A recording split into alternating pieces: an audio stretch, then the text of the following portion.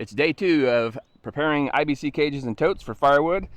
Yesterday I went and picked up my Kubota KX040-4 with a 6-way blade, and let me tell you, that thing is awesome.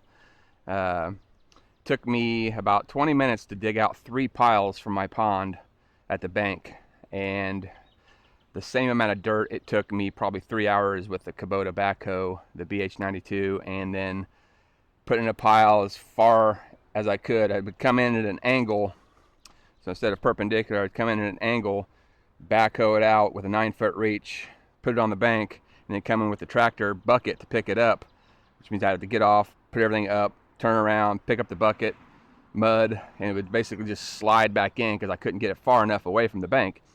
With this excavator, let me tell you, pick it up, swing it 180 degrees, put it in a pile. 3 big piles compared to the day before. 20 minutes, 3 hours, worth the money to me. And I didn't have to keep getting in and out of the tractor and putting the outriggers up and the backhoe stowed.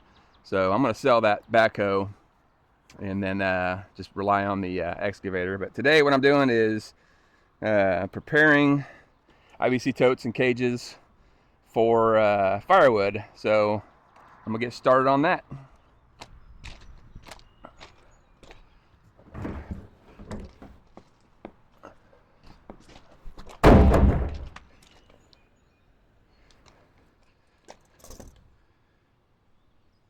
Earlier in this video, you saw me take a call from Edwards Equipment where they called me and said that the excavator was ready.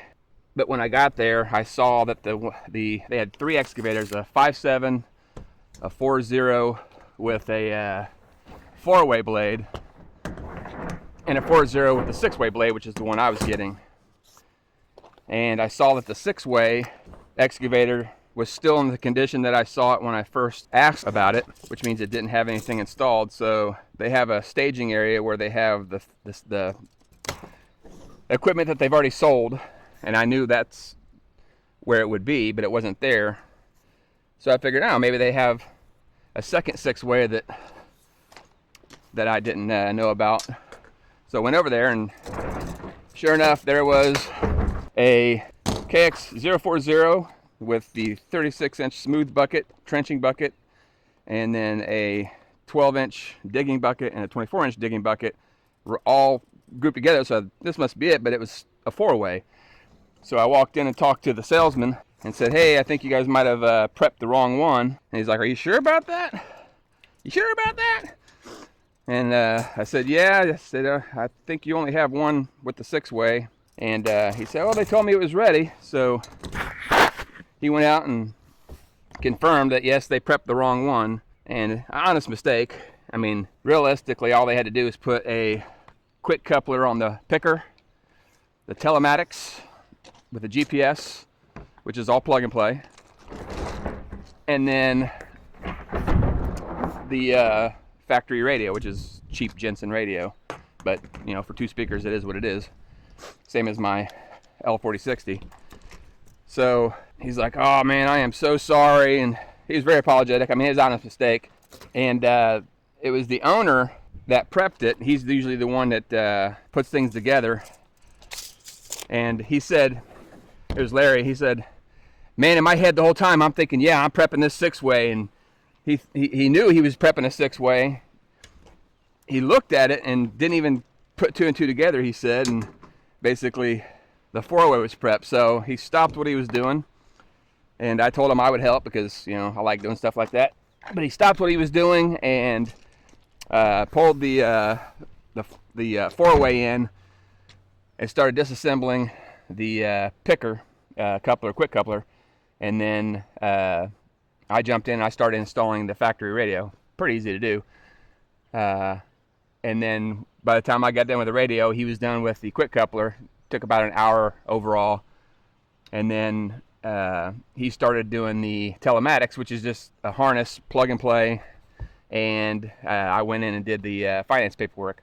So I was out of there by probably 12 o'clock, I think, and then we went through the orientation of the machine, showing me all the ins and outs of it, and I tell you what, he's pretty thorough.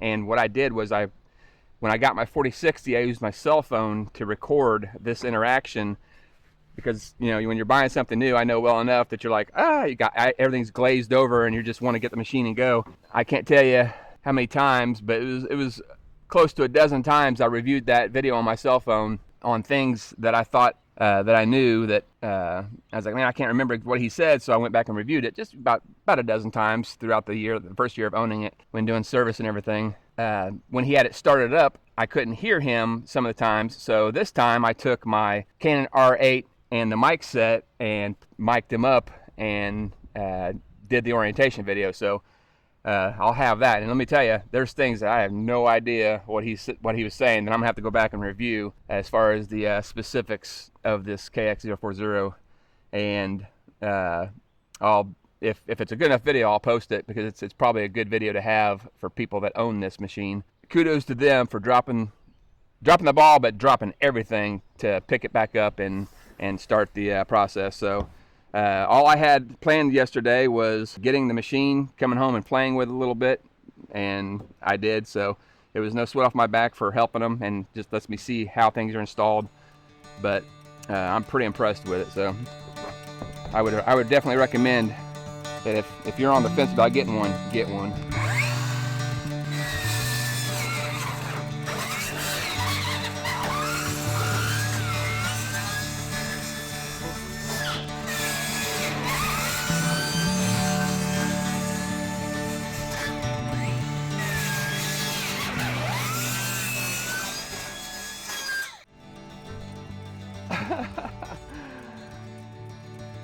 So I just flipped this over and I looked into it. How the hell did a Lowe's bucket get inside of this thing?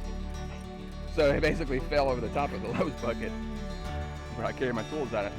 Took me for a loop there for a second.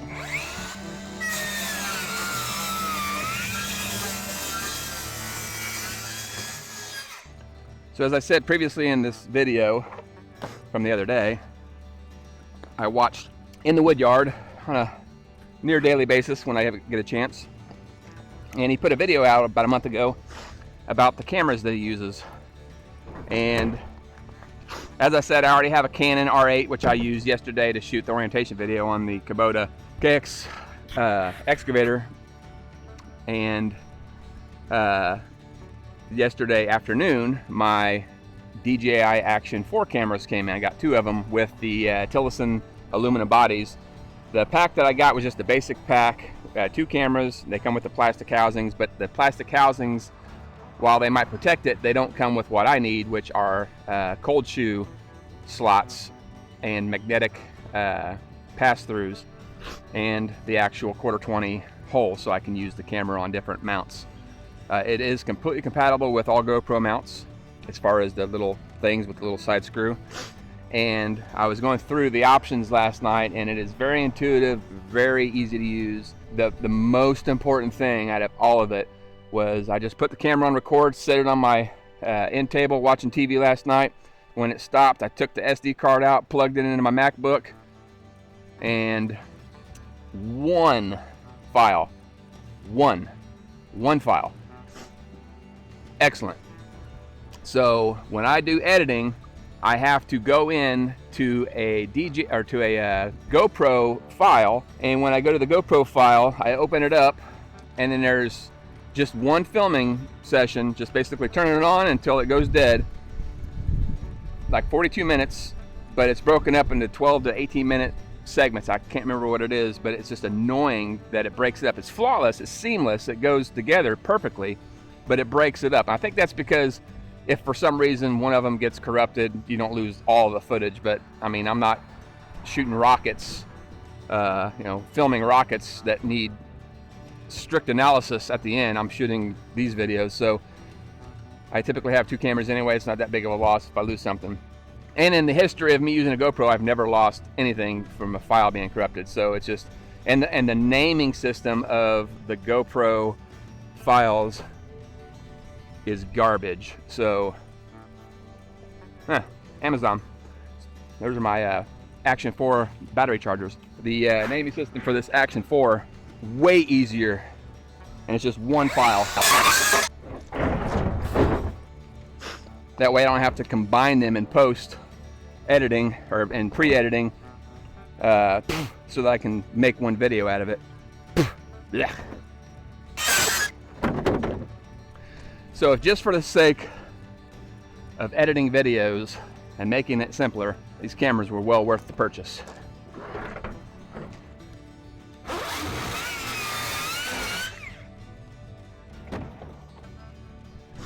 One thing I was planning on doing is with my split fire, I think it was a 3403, 22 ton, is buying the excavator, Kubota specific ears, turn it upside down, welding it, making into like the ones that they have for sale for excavators.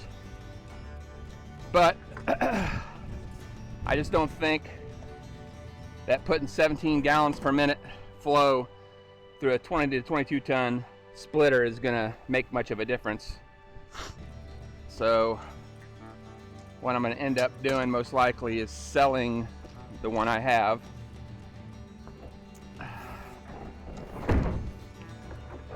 and getting 4203 from Splitfire that mounts directly to the excavator for those big bad boys right there. I don't know if you can see them. Let me see if you can see them. They're right there. Those are like 48-inch diameter rounds. And the problem with those things is they're extremely heavy and very difficult to move around. What I would do before is I would turn them up on end and use my 500i to cut them down the middle, which you can see that one is cut. Problem with it is they're heavy and unstable. I've got 2 artificial knees now, but I have an excavator, so why take the chance of blowing my knees out again when I can just do the proper application of technology with a little bit of money, do it with that. I'm also going to be selling, in addition to the backhoe and the 3403 split fire, my Del Marino Centurion 158, I think it is, flail mower. And the reason is because I got it for these banks. Number one, to bush hog, so that I could go in and reach around things or go in at an angle. The problem is that it's a little bit too jalopy for my taste, and it doesn't take a quick hitch, so that's kind of a pain in the butt. So I'll sell that, then I'll get just a standard rear mower deck for the 4060 for bush hogging, and then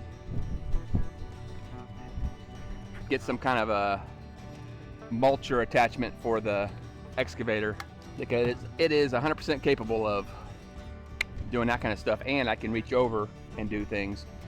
So this 45 degree here that you've seen in a previous video me doing is I can reach down and cut it with the excavator with no issues. I mean, I could do it with the Del Marino. Problem is it'll be hitting gravel and jacking stuff up, but I'll have much more control with my excavator. The trick I'm finding on these with the circular saw, since it binds up, is don't push down when you're sawing. Basically touch it, and then as you're going at the front until you get about right here, lift up so it doesn't bind. Woo! Vinegar. Ugh. Stinky.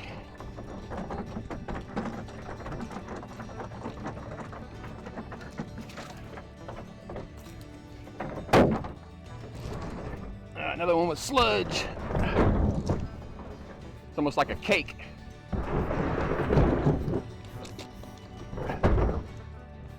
Now this one's actually in chunks, like 1-inch chunks. So if anybody is interested, while I take a drink of my coffee.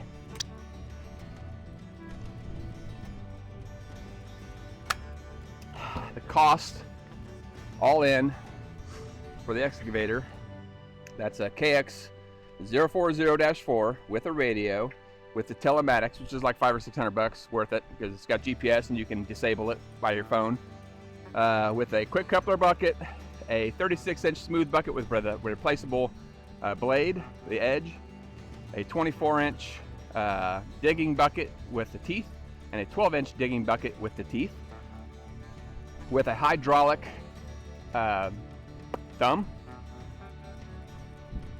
And I think that's all the options that I got, and a 6-way blade in the front, which goes this way, up and down, and cants, which makes it nice for ditching. All in was about $84,500, and the payment with the KTAC insurance at 1.99% interest over 72 months was $13.99. So to me, well worth it, especially the KTAC insurance, because if something happens to it, and I'm pretty sure it says everything, covers everything, including your negligence, except for nuclear war. So hopefully don't have that. Trying to get those chunks to stay in the bottom.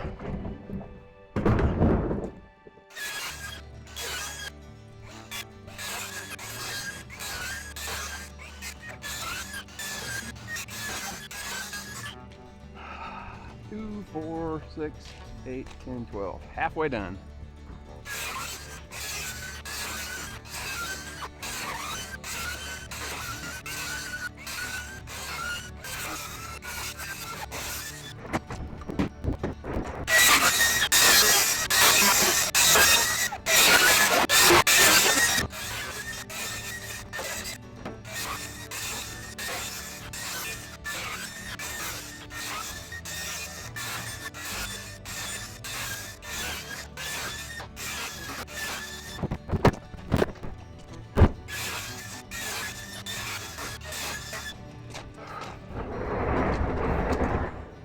One thing I'll tell you about getting knees replaced is your nerve endings are never the same. Right now I've got a hellacious itch on the bottom of my foot, and it's nerve endings because it doesn't go away. It just goes to a different spot. Ah, yes. Now the top of my little toe on the left foot has got the same itch, and when I go to scratch it, it'll just go to a different spot, or it'll just stay there, and scratching it won't do anything to resolve it. That's the weird thing about nerve endings, is they're very unpredictable.